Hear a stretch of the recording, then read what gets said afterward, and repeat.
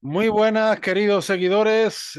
Hoy vamos a darle duro, bueno, en un sentido figurado, con Cisneros, un caudillo realista venezolano que, como buena parte de la población indígena, pues apoyó la causa monárquica frente a la secesión. Como verán, estoy en una playa paradisíaca, aunque los envidiosos dirán que es un fondo de pantalla. Como siempre, con nuestro pana Emilio Acosta Ramos de Venezuela Provincial. Muy buenas, Emilio. Hola Antonio, bueno, antes que nada, darte las gracias como siempre por la invitación a tu canal de YouTube, Antonio Moreno Ruiz. Y sí, vamos a estar hablando de este personaje tan desconocido, ¿no? En la historia, sobre todo venezolana, y ya ni hablar de la historia hispánica en general, ¿no? Que fue un caudillo, jefe de las guerrillas realistas en Venezuela, ¿no? Que luchó durante años por la restitución de la monarquía hispánica en territorio venezolano. A mí lo que me llama la atención de Cisneros, no solo, pero vamos, Cisneros es un ejemplo, es un arquetipo, se parece mucho al caso de los hermanos Pincheira en Chile, ¿no? Entre la frontera de los actuales Chile y Argentina. Es que, claro, es lo que dice el profesor Tomás Pérez Bejo. Se intenta siempre reproducir el conflicto secesionista como una guerra entre invasores e invadidos, ¿no? Como una especie de Argelia versus Francia, algo así. Pero claro, ahí se da cuenta uno primero que ese esquema ideológico falla precisamente porque la población amerindia en muy buena medida apoya al bando monárquico y segundo porque incluso después de proclamada la República, y esto pasa en Venezuela, esto pasa en Chile, pasa en otros puntos, pues sigue habiendo, o en Perú también, sigue habiendo guerrillas realistas que piden la vuelta del rey o la restitución del gobierno monárquico y por ejemplo, el caso de Cisneros en Venezuela es particularmente incómodo porque, claro, Venezuela es la cuna de Bolívar, donde se ha impuesto, bueno, en Venezuela, en Colombia también, ¿no? Se ha impuesto a sangre y fuego una idolatría absoluta sobre Bolívar y cómo el pueblo milenario venezolano se liberó de la malvada monarquía española. Y claro, aquí no encaja la figura de que hubo guerrilla realista. Primero, Emilio, la cantidad de núcleo realista y la oposición feroz local que vemos a la causa bolivariana, porque realmente eso es lo que desbarata las dos primeras repúblicas venezolanas, que la buena parte del pueblo venezolano era realista. Y segundo, este personaje perteneciente al pueblo indígena que no acepta la república, que claro, te lo intentan, entre comillas, justificar, igual que los Pincheira, como que eran simples bandoleros, ¿no? Pero ahí vemos que es un personaje que no encaja según los cánones de la historiografía nacionalista idolátrica. Sí, totalmente de acuerdo con lo que dices, ¿no? La historiografía busca señalarlos y tildarlos de simples bandoleros, pero ellos en su proceder y en su forma de gritarlo al mundo, pues abrazaban las armas y la bandera de la monarquía hispánica. Pero vamos a hablar un poco de los antecedentes, ¿no? ¿Mm? Porque muchos dirán guerrillas, ¿no? Si la guerra no había terminado en Carabobo o en Ayacucho, en todas estas grandes batallas, ¿no? Y hay que decirlo, a pesar de que la batalla de Carabobo fue un duro golpe para las fuerzas realistas en el año 1821, la paz sobre el territorio estaba muy lejos de afianzarse. Y después de la batalla del lago de Maracaibo y el asedio de Puerto Cabello en 1823, se formaron, ¿no?, montoneras de españoles, americanos e indígenas contra el nuevo orden político, ¿no? O sea, las repúblicas que se establecieron. Y señala el historiador venezolano Laureano Vallenilla Lance en su obra Cesarismo Democrático algo muy curioso. Lo cito con tu permiso, Antonio. Sí, claro. En Carabobo se conquistó a Caracas, pero la guerra, que ya tenía 10 años, continúa en el resto del país. Poblaciones enteras continuaron proclamando al rey de España hasta 1827, con la revolución de Agustín Beacanza y en el 29 con Arizábalo, en cuyos movimientos estaban comprometidos multitud de venezolanos. Y ni hablar de José Dionisio Cisneros, que fue muchísimos años más después luchando en pro de la monarquía hispánica. Y desde 1820, 3 años antes de las últimas batallas de la guerra de independencia, las acciones de guerrilla urbana se volvieron comunes, ¿no? Por el clima de miseria en el territorio. Antiguos soldados del bando monárquico y también del republicano, acostumbrados también al pillaje, se habrían organizado en las montoneras por razones políticas y económicas. También estallaron revueltas de negros alentadas por sacerdotes en nombre del rey. Esto sucedió mucho en los valles del Tuy, en Venezuela, ¿no? Entonces vemos cómo se va haciendo toda esta bola de nieve cada vez más grande hasta dar como resultado estas guerrillas, ¿no? Más que todo urbanas y extraurbanas, sobre todo en las zonas rurales de Venezuela y del mundo hispánico en general, porque no, hay guerrillas en todas partes de Hispanoamérica. Vemos el caso de Agustín Agualongo en Pasto, Huachaca en Perú, los hermanos Picheira en Chile. O sea, es algo común que se despertó, ¿no?, en toda Hispanoamérica. Sí, es interesante lo que tú mencionas de las revueltas de los negros, como incluso hay sacerdotes que las alientan y tiene su antecedente desde la época de Miranda. Uno de los fracasos de Miranda fue intentar soliviantar a la población negra contra el rey. Y José Tomás Bóves, en ese sentido, le juega en su terreno y le gana por goleada, hay que decirlo. O sea, el ejército Bobes de le gana por Bóves, goleada a todos en ese sentido. sí, claro, porque Hasta además Páez le él, gana por goleada a Bobes.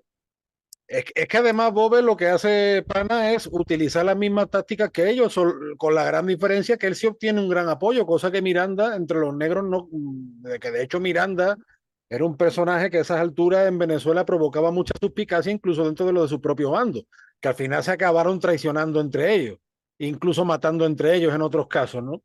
Y el caso de Cisneros, ¿sabes qué llama la atención? Tú antes has mencionado, por ejemplo, de 1820 a 1823, que es el famoso trienio liberal.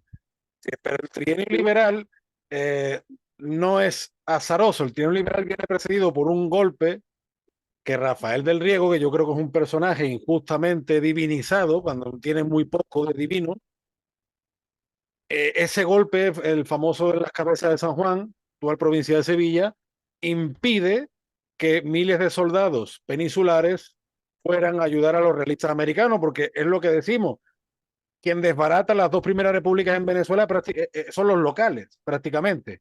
Si es verdad, bueno, podemos hablar de la expedición de Morillo, pero si no hubiera habido esa lealtad local a la causa del rey, pues esto se hubiera acabado en un día.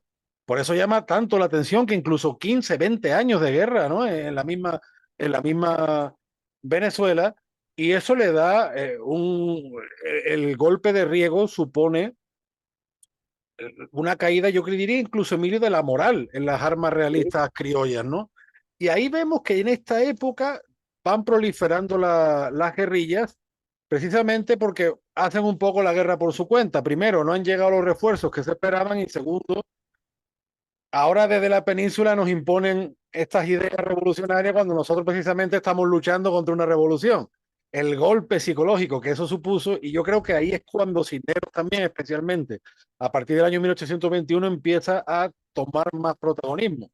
Y vemos además, lo que tú has dicho, la proliferación de guerrillas, no que se inventen en estos 3 años, pero sí creo que como que hay un antes y un después en la forma de hacer la guerra.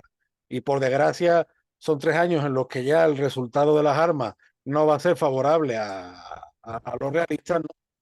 Y a mí me llama mucho también la atención que Alan García, el que fue presidente del Perú, tiene un libro muy interesante que se llama Pizarro, el rey de la baraja. Y Alan García dice que realmente el héroe de la independencia de América no es San Martín, no es Bolívar, sino es Riego. Que por cierto, hay que recordar que Riego murió jurando de sus ideas. Pero bueno, en fin, ya sería meternos en otro. Y como tú dices, ya vamos a provocar la lloradera. Entonces, mejor nos centramos en la figura de Cisneros, pero yo Sí. creo que Cisneros en el Valle del Tuy y en esas zonas agrestes de Venezuela es a partir como del 1820-21 cuando ya empieza a tomar más protagonismo. Sí, bueno, sobre ese tema, ¿no? Sobre el riego y cómo afectó, ¿no?, sobre todo el devenir de la guerra, he publicado recientemente 2 artículos en Venezuela Provincial. Los recomiendo a aquellos que, para que profundicen en este tema, ¿no? De cómo los criollos estaban luchando más bien por conservar un antiguo régimen y muchos pues van a desertar de las filas realistas y se irán a las republicanas por este hecho, ¿no? Dirán, para revolución me quedo con mis paisanos, ¿no? Con mis coterráneos, en vez de estar apoyando pues a una revolución desde la península. Claro. y se formarán a partir de estos momentos pues estas guerrillas. Pero vamos a hablar un poco del personaje central del día de hoy que nos atañe, que es José Dionisio Cisneros, ¿no? Quien fue fiel al rey y a la monarquía hispánica,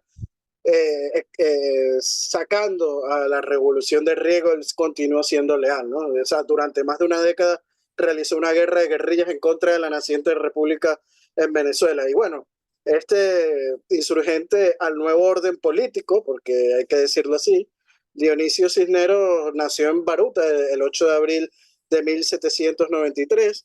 Se dice que es hijo del mestizo Juan Antonio Cisneros y la india tributaria Paula Antonia Guevara, ¿no? Y bueno, formó parte del ejército realista durante la guerra de independencia. Después de la batalla de Carabobo en el año 1824, más o menos, o sea, después de Carabobo, que fue en 1821, en 1824 inicia sus operaciones en Santa Lucía, en Guarenas, en Baruta y Petare. Y en poco tiempo consiguió juntar un ejército de indios y soldados realistas que quedaron repartidos en Venezuela, ¿no? Y su guerrilla se creó un frente desde Petare hasta Río Chico, en el actual estado Miranda, manteniéndose por el apoyo de los hacendados leales a la causa y hacendados también extorsionados, hay que decirlo así, tampoco eran unos angelitos caídos del Sí, cielo. ¿no? Los conflictos entre el gobierno central de la Gran Colombia, o Colombia, como queramos llamarlo, y las autoridades de Venezuela aumentaron significativamente las nuevas rebeliones desde 1825 y muchos fieles al gobierno monárquico se refugiaron con las guerrillas hasta formar como una especie de cantones o pueblos, ¿no? Con cientos de habitantes, hay que decirlo así.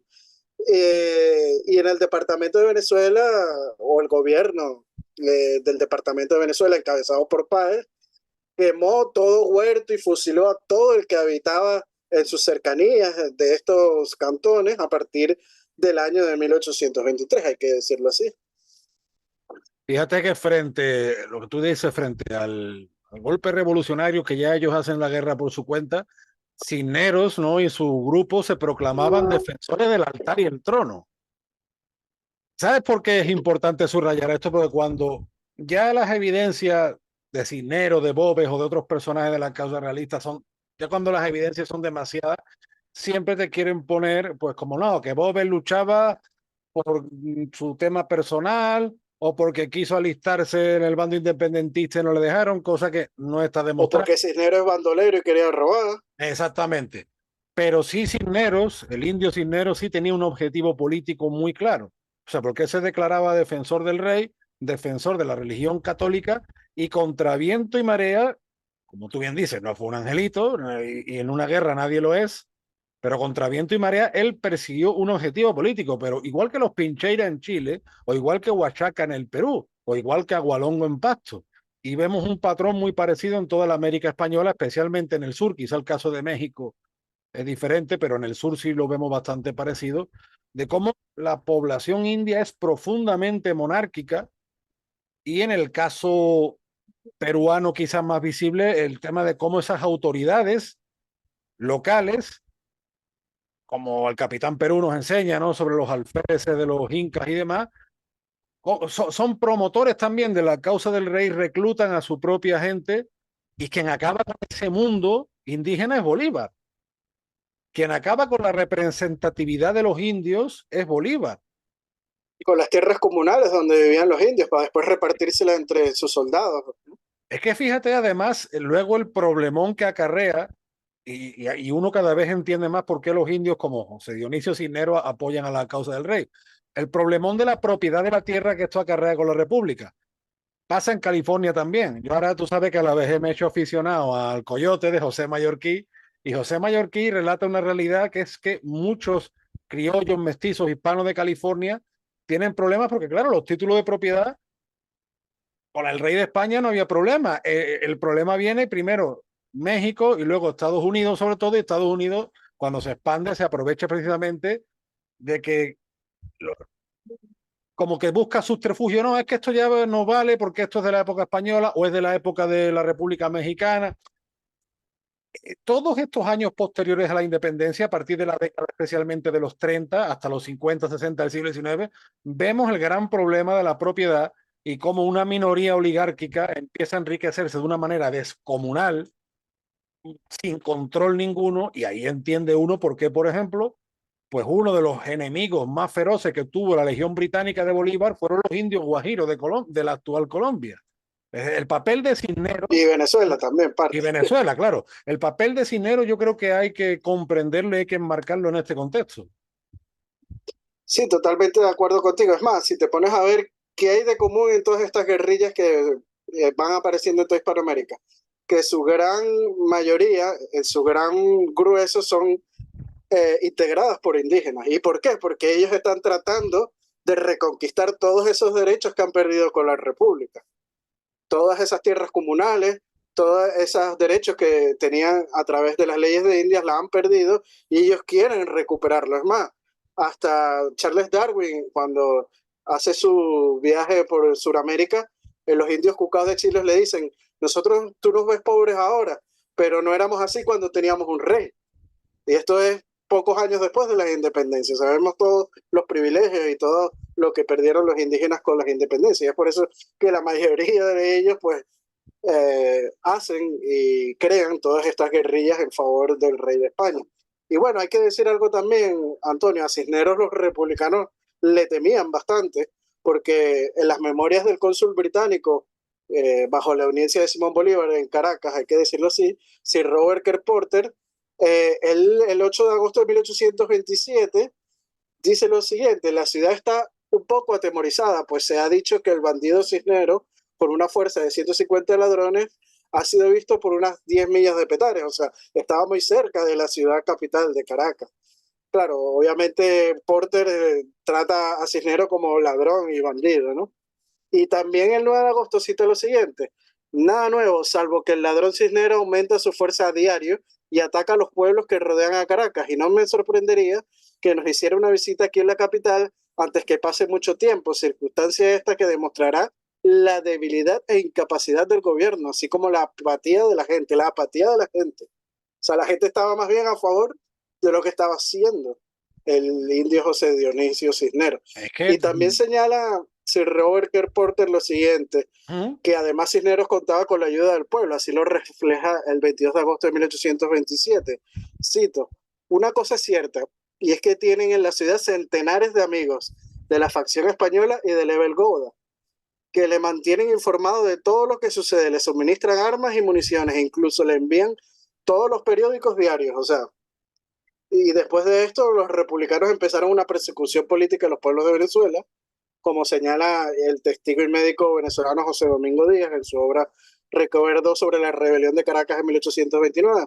Cita lo siguiente: el gobierno de Caracas sospechaba de la mayor parte de los habitantes de esta ciudad y fueron muchos presos y ocupados sus bienes y expulsados. O sea, que aquí vemos la represión política que ejerció la República de Colombia en aquel momento, ¿no? O la Gran Colombia para aquellos que no quieran, no le gusten este término, ¿no? Y bueno, Cisneros también tiene frases célebres que fueron recogidas por José Arizábalo en sus memorias. Y una es, Antonio, la siguiente: no estoy cansado ni me cansaré nunca de servir a Dios. Soy oficial del rey, sé lo que es el honor y no faltaré jamás a mi palabra. Aquí vemos lo fiel que fue a la causa monárquica, a pesar de que muchos los tildan sí, sí, de sí. bandidos. Y otra célebre frase que me gusta mucho, Antonio, que te la pasé hace una semana, cita lo siguiente: Fernando VII no quería otra clase de gentes que los indios y los negros, Ah, pues sí. los blancos eran todos sus enemigos. Esto es Memorias del Teniente del Coronel Don José Arizábalo y Orobio de 1830. Tú La sabes que fuente, ¿no? esa Para frase que le después gusta digan que mucho, Fernando VII no era querido por el pueblo. esa frase le gusta mucho a nuestro amigo Francisco Núñez del Arco, se la voy a volver a recordar.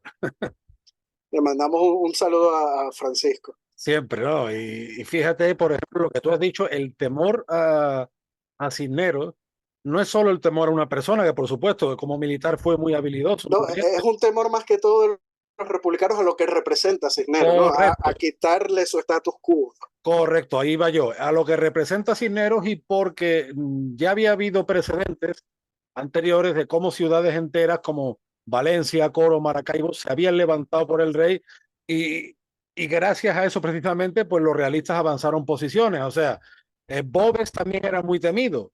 Naturalmente, Boves no fue un santo, sabemos que fue durísimo, pero más allá de su habilidad militar, más allá de su rudeza, lo que temían de Boves era lo que estaba detrás de Boves, que era el apoyo de los llaneros, esa población mestiza, esos como los llama José Semprún, esos cosacos del Nuevo Mundo, que desbarataron, y fueron ellos los que desbarataron la causa republicana. Y Cisneros representa pues todavía más el apoyo de la población local a la que ellos me refiero, los republicanos estaban esquilmando, porque es que la población amerindia, lo dice el historiador peruano Heraclio Bonilla, que la independencia fue un duelo para los indígenas, ¿no?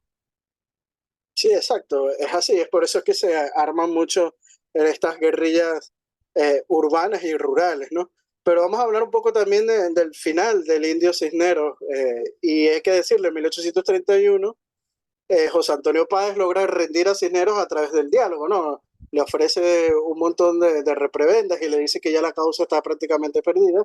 Y bueno, a Cisneros no le queda otro, y que el 22 de noviembre de ese mismo año, de 1831, se suscribe a la capitulación que le da amnistía a Cisneros, quien pasaría los siguientes años buscando hacer otra rebelión de importancia, hay que decirlo eso también. Y bueno, a partir de aquel momento se dedicó al cultivo de las tierras que el gobierno le dio en los valles del Tuy, ¿no? Porque a cambio de la capitulación le dieron cosas para poder dejar las armas, ¿no? Y entre esas están las tierras. Y bueno, algo curioso, Antonio, es que Páez se convirtió en su compadre. Y este compadrazgo había nacido cuando Páez hizo bautizar y apadrinó un hijo de Cisneros, ¿no? Es que Y Páez fue bueno, realista, eso se suele olvidar también. también, sí, José Domingo Díaz dice en sus memorias que en los inicios de Páez, que son muy desconocidos, pues, son casi que anónimos, es porque era realista, ¿no? Aunque él lo niega después en su autobiografía, ¿no? Obviamente. Sí, Es sí, como los pero chavistas Páez, que, bueno, como los hay ex más, chavistas ahora, yo chavista no fui nunca. claro, pero hay más todavía que indicio que Páez estuvo entre los famosos realistas llaneros. O sea que eso, bueno, Arturo Uslar Pietri creo que lo menciona en alguna ocasión y vamos, es evidente. Y fíjate, hablando del final de Cisneros, otra cosa, porque todo en Cisneros llama muchísimo la atención. Y como pana, desde el 1830-31 hasta el 46, son como 15, 16 años, que Cisneros se mueve como en una especie de limbo frente al desorden que ya amenazaba la República, ¿no? Son esos últimos años como que Cisneros sigue yendo por su cuenta. Ya ahí creo yo que en esos años es cuando se empieza a perfilar más, bueno, esto es un caso de bandolerismo, esto no tiene nada que ver con la política, ¿no? En esos últimos años, pero que me recuerda mucho el caso de Huachaca. Huachaca en la década de los 30 del siglo XIX sigue pidiendo la vuelta del gobierno del rey. O sea, y sin embargo, Sí, Huachaca sí es verdad, en los últimos años se ha hablado, se ha escrito más sobre el caso peruano, pero en Venezuela yo creo que por esa idolatría desmedida, como pasa en Argentina con San Martín, la idolatría bolivariana pues ha querido tapar este suceso o en todo caso disfrazarlo. Pero esos 15, 16 últimos años de Cisneros son interesantísimos, el papel que juega dentro del desorden, ¿no? sí, exacto, y trata de sacarle rédito porque hay que ponerse en su posición, era muy difícil, siempre esperó que llegaran refuerzos de Cuba y Puerto Rico, ¿no? Para reavivar la guerra y algo que no llegó, ¿no? En 1829 llegaron algunas de Puerto Rico, unas 3 buques, pero al final no hubo coordinación entre las tropas de guerra de José Arizábal y Cisneros con estos buques que llegaron de Puerto Rico y bueno, tampoco es que hubieran hecho mucho, ¿no? Porque tampoco eran tantos refuerzos. Al final, él no le quedó otra que aceptar esa capitulación, ¿no? A buenos términos.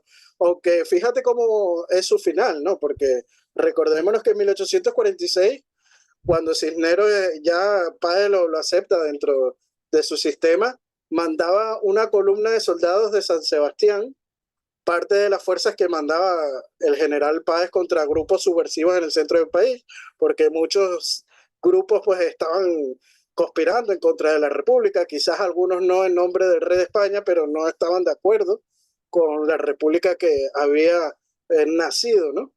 Y en las cercanías de San Luis de Cura, Cisneros recibió una orden de Páez, ¿no? De entregar su columna al capitán Valentín Vieira, y esta disposición había nacido de la indolencia demostrada por Cisneros en la ejecución de cierta operación táctica días antes contra unos insurrectos, ¿no? O sea, Cisneros no hizo mucho caso de esto.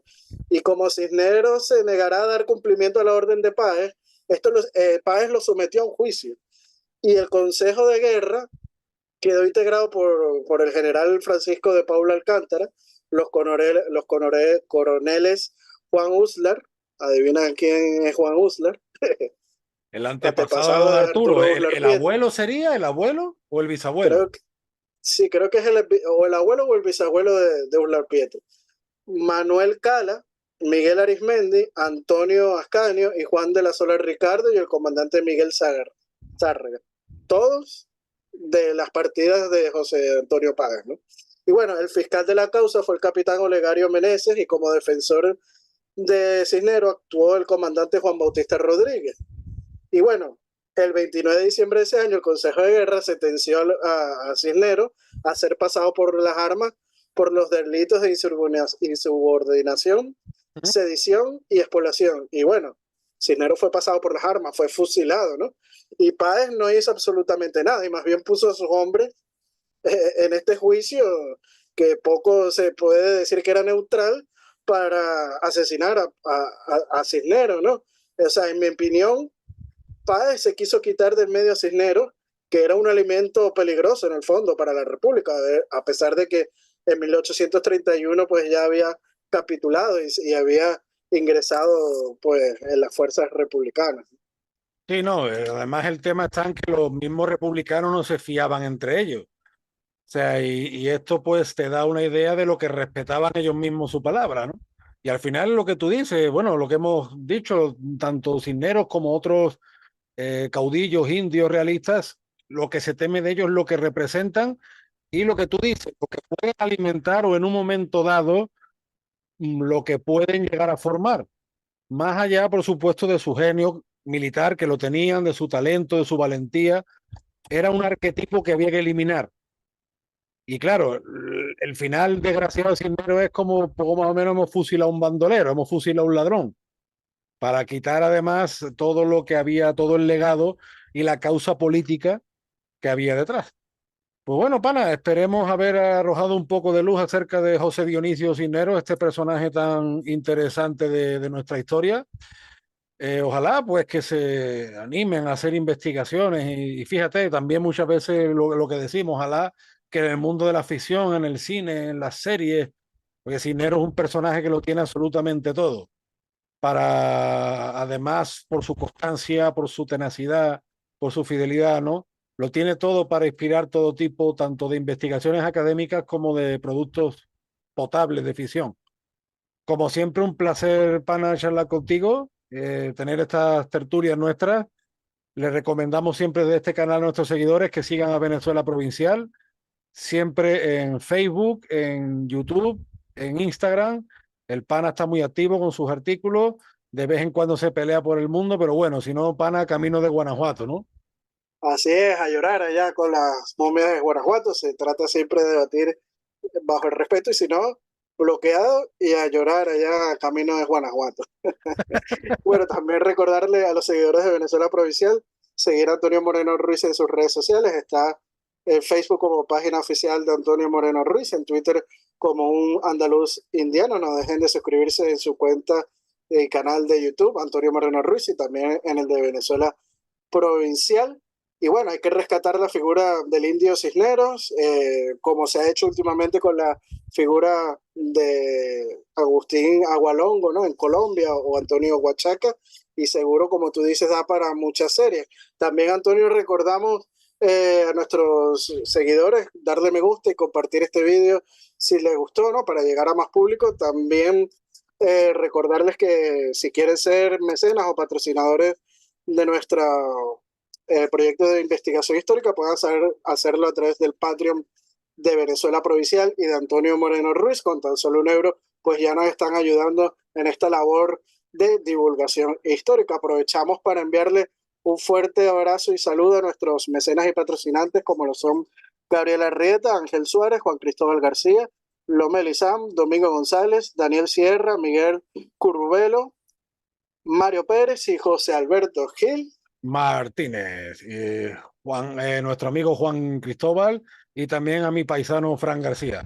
Muchísimas gracias a todos aquellos que nos apoyan. Nosotros seguimos en nuestra hispánica brecha y bueno, pana, pronto volvemos la semana que viene. Bueno, la semana que viene no, ya la otra seré un año más viejo, pero bueno, volveré con más ganas, o por lo menos lo intentaré. Así Como que el vino, Antonio, como el vino. Cuantos más años, mejor. ojalá fuera así. Te mando un fuerte abrazo, pana, desde el puerto y la puerta de las Indias, como siempre. Y yo otro desde la Bella y Corte de Madrid, Antonio. Hasta la próxima. Chao, chao. Adiós.